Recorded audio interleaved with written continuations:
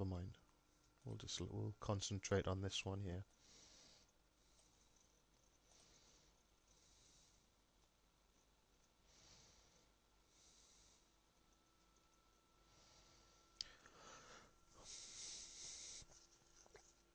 Now this is one of those hands where if it gets folded, I know I mentioned in the last video that I didn't really like, I liked either folding or raising. I could probably make a slight argument for calling, but I mean there's been a raise, but if there hadn't been a raise, because the blinds are so small, I think there's an argument for just calling there for 20 and seeing a cheap flop, and if the big blind had raised, we could have folded that hand. If the blinds had been 51 or 75, 150, I'd been more inclined to put in a raise.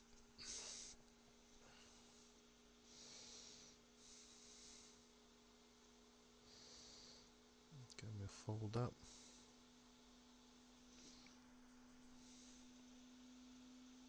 So this player's doubled up to 3,000. Now, depending on what type of player he is, if he's a clever player, he'll not get involved. But most players can't resist. Now this player's min raised to 80, so I normally make it 3 times plus a little bit more. I'm going to raise it to 280, and it does give us a chance to get away from the hand if he comes over the top, and I will be willing to do that. But if he does just call, we're in position with a very good hand, which must be ahead, flop dependent, of course. And he's folded, and we take a nice little pot. But what you don't want to be doing there is, if you are going to re-raise, you don't want to, double his bet or even raise to about 200 there and give him a chance to get very good odds to call.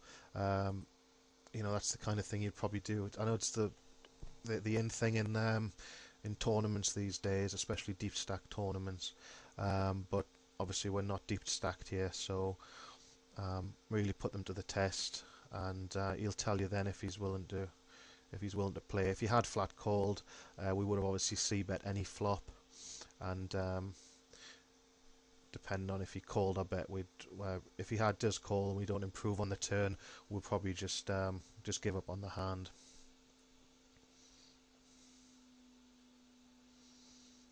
So 9-5, we'll see. Probably try and get revenge now.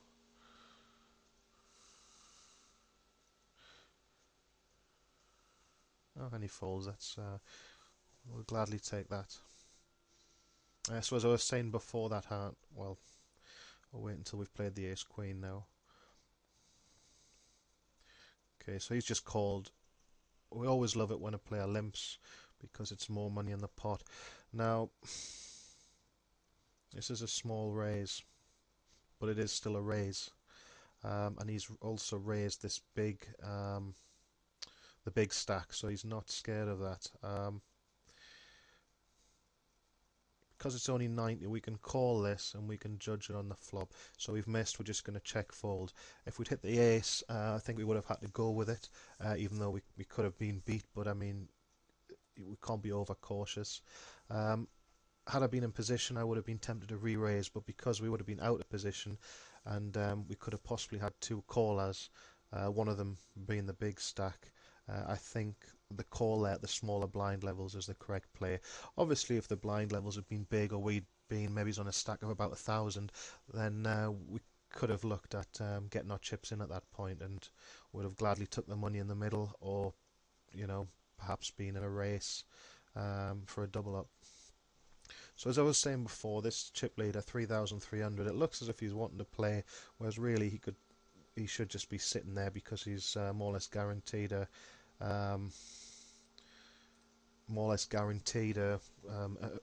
win, a top 3 finish. We are going to have to c-bet this flop. I think it has to be half. Okay, so even though we've picked up outs here, you could easily be sitting there with an ace or a 6. So we've got outs as well to a straight and a flush, so we can check back. And we've perhaps been a little bit fortunate now. Now what we can do here is I think we can, rather than going for value, is push all in here and make it look as if we're trying to buy a split pot. And he's called for the split pot, and we've took down, completely changed positions with him now, and we should be guaranteed the win. We'll have a look at that last hand and just see what he had. Well, actually, we did get very lucky because he had pocket fives, so he was an overpair and up and down on the flop. Hits his set on the turn, so a two outer, so we were very lucky there. But I mean, that happens. We were never going to lose any more money than that once he calls the flop bet. So I think when we push in there at the lower stakes, I think there's a lot of players, are calling with nothing, playing the board there.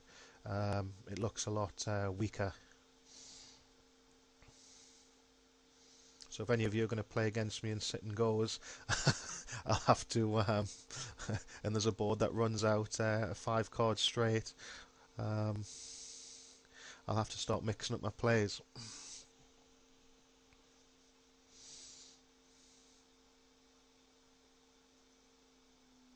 So this should be pretty monotonous now, and sorry that I'm not going to be doing anything too exciting.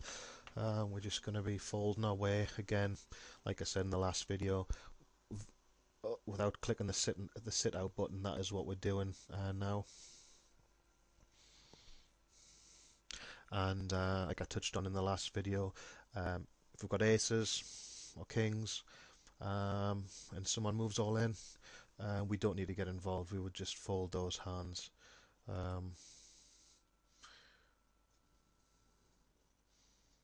Because basically, when you've got a stack about the 3,000 mark, what happens to the value from the player that you knock out? You gain very little of that, because you are almost guaranteed to win anyway. What it only does is it goes to the other players. So you really don't need to risk half or 2/3 of your stack calling it all in when you're not getting any more value from it. We will call the 50 here because he might raise us, and he has, but if he doesn't, a little speculative there. If we connect strong with the flop, then we're quite happy to trap that player.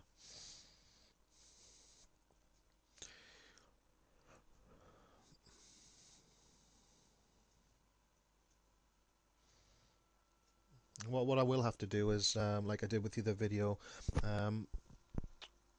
because these are the first uploads that I've done, there will only be 15 minutes in length.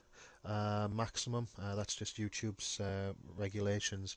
Once I've been uploading for a while, and hopefully if I get feedback from you guys, then I may be allowed to put longer videos on there, because for a standard video like this with a couple of sit and goes, turbos, they're going to take about half an hour, perhaps even 40 minutes if we're playing the 10-handed, the standard sit and goes with 3 places paid. And in an ideal world, if we can put videos of about an hour on, that would be great for the cash games.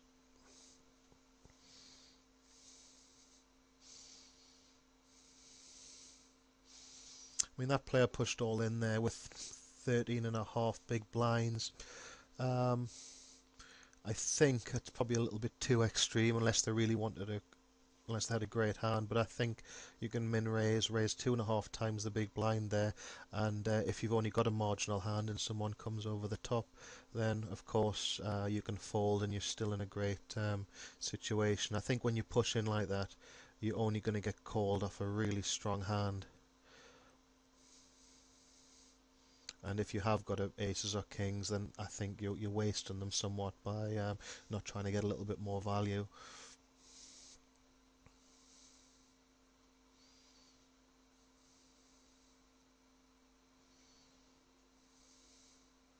So just going through the motions still. See ace-9 there. I mean, we would never fold that normally, but we will here. We don't need to get involved. I know I keep repeating that, but you really need to get that drummed into you. You need to be making these folds. I've seen so many players throw away when they're probably in the high 90% chance of winning. Just throwing it away by starting to call off chips, raising, calling the small stacks, doubling them up. Um, I mean, this is very. If you can grasp the concepts here, then you'll also be able to do very well in satellites. Um, Whether it's just satellites into the big Sunday tournaments, which are like the PokerStars Sunday Millions, the $215 buy-ins, where you can win seats starting, you can get in for about $11 and win the super satellites. Um, Anything up to taking your shot at getting into the larger live events, the EPTs, things like that. It's a very similar strategy, whereas you've got to really keep an eye on what the average chip stack is, because you don't need, a lot of the time you don't need anywhere near the average to qualify when there's a lot of seats up for grabs. So you don't need to win the tournament. You just need to finish in this case, the top three, in the 10-handed, the top five, and in some of the super satellites, you may need to finish in the top 20, top 30, top 50. I mean, I'll be playing some of them myself to try and qualify for the UKIP on PokerStars, and I'll certainly be, putting those videos, making videos of those attempts. I think it's £770 to play in the UKIP this year, and there's some satellites for £44, which I'll be having a go at. Now, the only time I'll ever be getting involved here is if I flopped a set. Although the exception to that would be if it was a set with, say, the 3 of hearts come with 2 more hearts, or 3, 4, 5 of hearts. Then if a player moves in, I'd be willing to fold.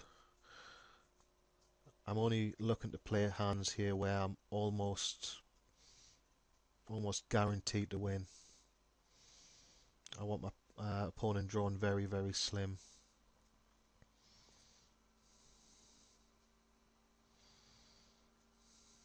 He shows ace queen. He could have showed 2-7. It wouldn't make any difference to us. We're not getting involved.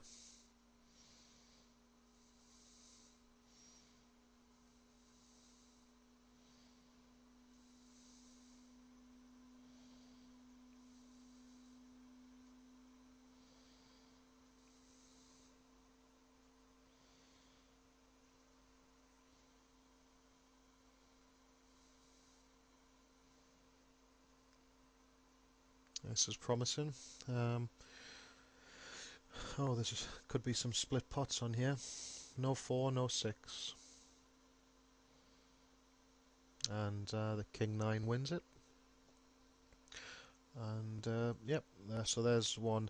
So have to recollect now. Did we play 3 tournaments? And we lost. Did we lose 2?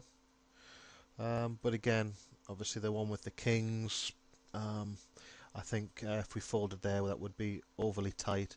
In the long run, we would be folding the winning hand far too often. But again, you can only play good poker. There's always going to be the luck factor involved, and overall, like I say, in the long run, with variance and luck, etc., there's no reason why you can't be winning around the 60% mark if you follow, not just my advice, but there's plenty strategy websites out there. There's plenty books. I mean, it's a combination of playing a lot of these tournaments and reading up and looking at winning players. And that's all I've done, and that's all everyone should really do to get competent in these games. So I hope you've enjoyed those 2 videos. The 2 videos now. First video on the 10-handed and the new video on the 6-handed. And I'll be posting another video very soon, possibly on some cash or even some of the standard one table sit and goes. So until then, take care.